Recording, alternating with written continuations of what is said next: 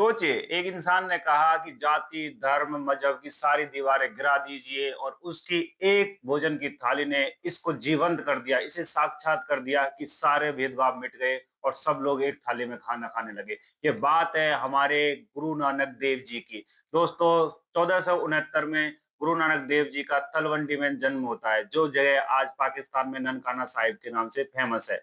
आज हम बात करेंगे लंगर की, आज बात करेंगे उनके उपदेशों की, गुरुवाणी की, सच्चा सौदा की कहानी। बात शुरू होती है जब गुरु नानक जी के पिताजी उन्हें व्यापार के लिए कुछ पैसे देकर भेजते हैं। वो व्यापार करते हैं, कुछ पैसे कमाते हैं और जब उनके पिताजी उनसे पूछते हैं कि पैसे कहाँ हैं, तो वो बताते हैं कि उन्होंने सारे पैसे गरीबों, भूखों के लिए बांट दिए हैं, उनकी भोजन की व्यवस्था में लगा दिए। उन्होंने कहा कि सच्चा सौदा वही है जो इंसानियत का भला करे और यही बात उनकी आगे जाके लंगर के रूप में जन्म लेती है।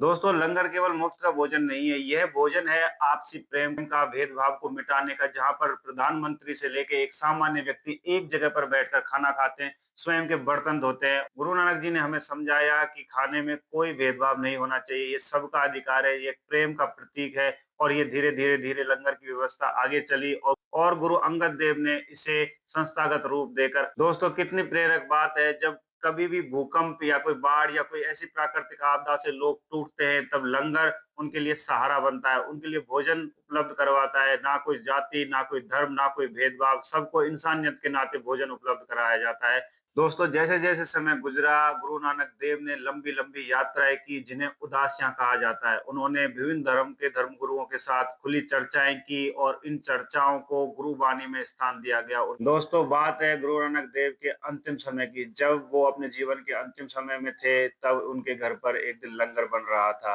तभी अचानक तेज बारिश आ जाती है और पूरा आटा भीग जाता है और भीग के मिट्टी में मिल जाता है। तभी गुरु नानक देव कहते हैं कि कौन है जो इसको साफ करेगा। सभी शिष्य पीछे हट जाते हैं, लेकिन उनमें एक शिष्य था जिसका नाम लहना था। लहना ने कहा, गुरु मैं इसको साफ करूंगा। वो कीचड़ में बैठता है, धीरे धीरे आटे को साफ करता है और जब आटा साफ हो जाता है तो गुरु नानक देव लहना के इस कार्य से इतने प्रसन्न होते हैं, उनसे कहते हैं कि इनका नाम आज से लहना नहीं, ये मेरे अंग हैं। तो उनका नाम फिर गुरु अंगद देव होता है और वही गुरु अंगद देव ही इस लंगर व्यवस्था को संस्थागत रूप देते हैं जो आज तक चल रही है। जब गुरु नानक देव ने लहना से पूछा कि तुम्हें कीचड़ नहीं लगा, तो उन्होंने कहा, गुरु जब आपकी आज्ञा होती है तो सेवा कीचड़ नहीं पुष्प बन जाती है। तो इसके बाद गुरु नानक देव जी की जीवन का सार है कि ईश्वर एक है, सभी लोग समान हैं, कोई भी भेदभाव नहीं है, सेवा ही सच्चा धर्म है। गुरु नानक देव ने अपना अंतिम जीवन करतारपुर साहिब में बिताया और 1539 में उन्होंने अंतिम सांस ली। उनके पूरे जीवन ने मानवता को एक सूत्र में बांधने का